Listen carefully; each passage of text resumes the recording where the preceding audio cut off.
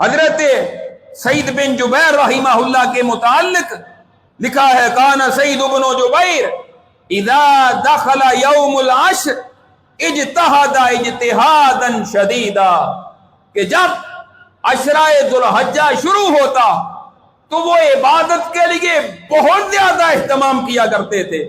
معلوم یہ ہوتا ہے کہ ہمارے اسلاف اس عشرے کی عظمت اور فضیلت جانتے تھے اور وہ اس کا اہتمام بھی کرتے تھے۔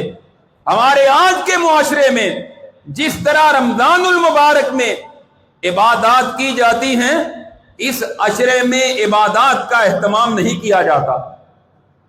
ہم معمولی سمجھ کر شاید اس کو روٹین کے ساتھ گزار دیتے ہیں۔ یہ انداز نہیں ہونا چاہیے، بلکہ رمضان المبارک کی فضیلت کیوں ہے؟ اس لیے کہ رسول اللہ صلی اللہ علیہ وسلم نے اس کی فضیلت ذکر کی ہے۔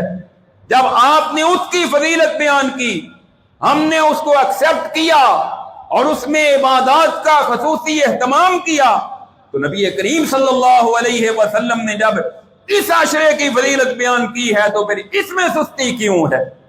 پھر کیوں اس کی قدر نہیں کرتے؟ پھر کیوں اس کو غنیمت نہیں سمجھتے؟ اس موقع سے فائدہ پھر کیوں نہیں اٹھاتے؟ کیوں اس کو روٹین کے دنوں کی طرح گزار دیتے ہیں؟ اس میں بہت ساری عبادات کا اہتمام کرنا چاہیے۔